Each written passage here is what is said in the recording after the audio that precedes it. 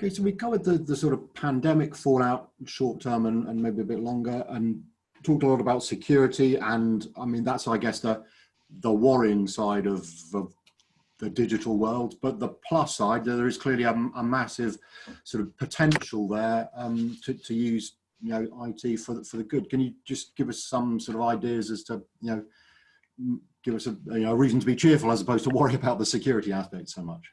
Yeah, definitely. I mean, yeah, it can be very scary talking about security, and it can also be often quite costly, particularly if the business hasn't set aside a budget for security. However, the real prize in all of this is the cloud platforms, because when they first got launched in around 2014, in the sort of look and feel of how we see them today, with both Microsoft Azure as an example and maybe Amazon Web Services, you know, they were very much like replacing physical on-premise type systems or co-located facilities and so forth. So it was actually potentially a more cost-effective way of actually buying compute and storage resource. However, where we are today in 2020, you know, you can access computing resource which is off the scale from what you could have experienced ever as a business, and incorporate all of the advanced technologies which are really going to transform the way we all operate as a business. And that's incorporating artificial intelligence and machine learning, you know, having better insight into your own business and your own market through data analytics.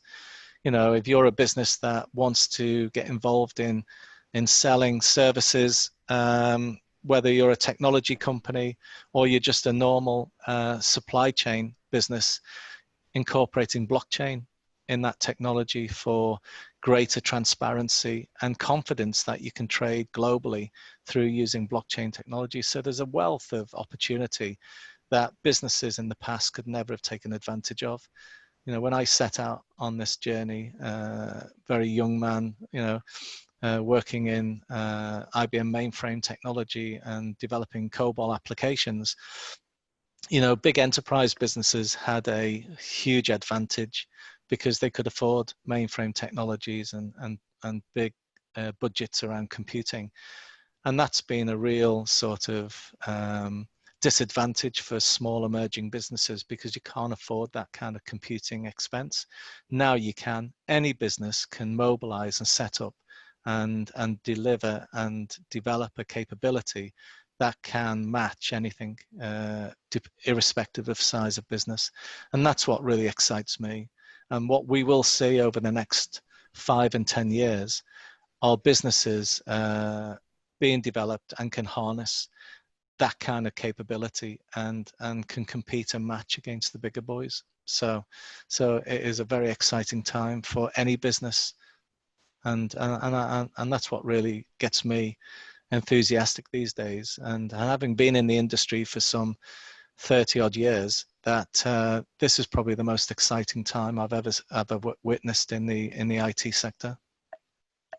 So I know in the early days, you know, it was almost a cliche that you could start a business with a credit card and, you know, little else because you could buy in all your IT infrastructure as long as you've got a connection.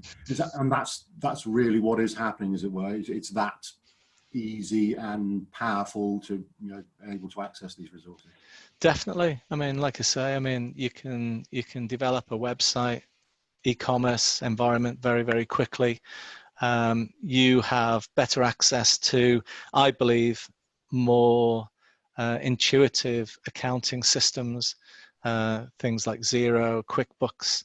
You know, if you were in the past, you may have had to use things like Sage, which I feel were built for accountants and not necessarily business people. So it was very difficult for business people to run a Sage account system. Now you can easily run a QuickBooks or Xero kind of platform, and that's all integrated with API integration into the banking systems and payment gateways. And yeah, and then obviously we've got relationships with people like eBay, Amazon. So, you know, you can really set up go-to-market propositions very, very quickly, and take advantage of all of these capabilities which companies will never have had in the past. I suppose one of the big debates is if you're an established company, mature company with an existing IT infrastructure, a lot of those are maybe slightly more reluctant to move over to managed services and cloud, but you say there's a lot of compelling reasons.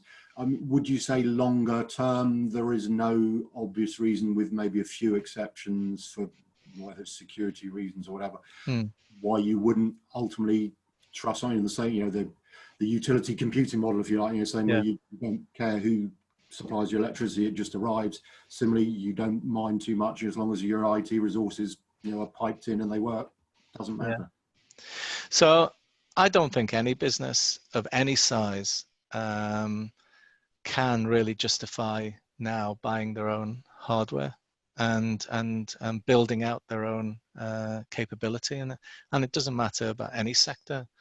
Even the banks are reaching out to AWS and Microsoft to deliver their compute and their storage and their architecture, because their data centers are bigger, better, more efficient, and as long as you develop and design your security frameworks around what you're trying to buy, then there's no reason why. You look at there's been huge strides made forward where Microsoft is signing multi-billion-pound contracts, similarly with AWS, with enterprise companies to deliver their systems. Because it just makes sense. IT now is all about delivering fast and agile capability. And if you're trying to run a business where you have to plan your infrastructure 2 years and 3 years in advance, that's just not going to work anymore. You need it tomorrow. If you need greater compute and storage capability tomorrow, or you need it in a territory where all of a sudden you've decided that there's an opportunity to set up in another territory in the world, you can actually mobilize that quickly. You don't have to think about buying servers and storage and firewalls and network equipment and so forth. You can actually get up and running very quickly, and that's true of any size of business. And the economies of scale just improve the bigger you are. They don't get more expensive, so your return on investment actually improves if your company is much bigger than the next. So I think it's a great opportunity for any business of any size. Okay, I mean, we covered a good amount of ground. Are there any other sort of final thoughts before we finish, or? Yeah, I mean, METCloud, we developed this and launched it in 2017, really in response to what we were seeing companies struggling with, and that was actually moving into the cloud. And I think it's very important that businesses fully understand that this is the journey that people will be going on moving forward, and have to get on board. There is no other choice. You have to move forward with your cloud strategy. Now, having made that decision, you have to make sure that you do it correctly, and also you make sure it's as secure as possible. Okay, that's brilliant. I really appreciate your time. Thanks very much indeed. Thanks, Phil. Thanks for your time.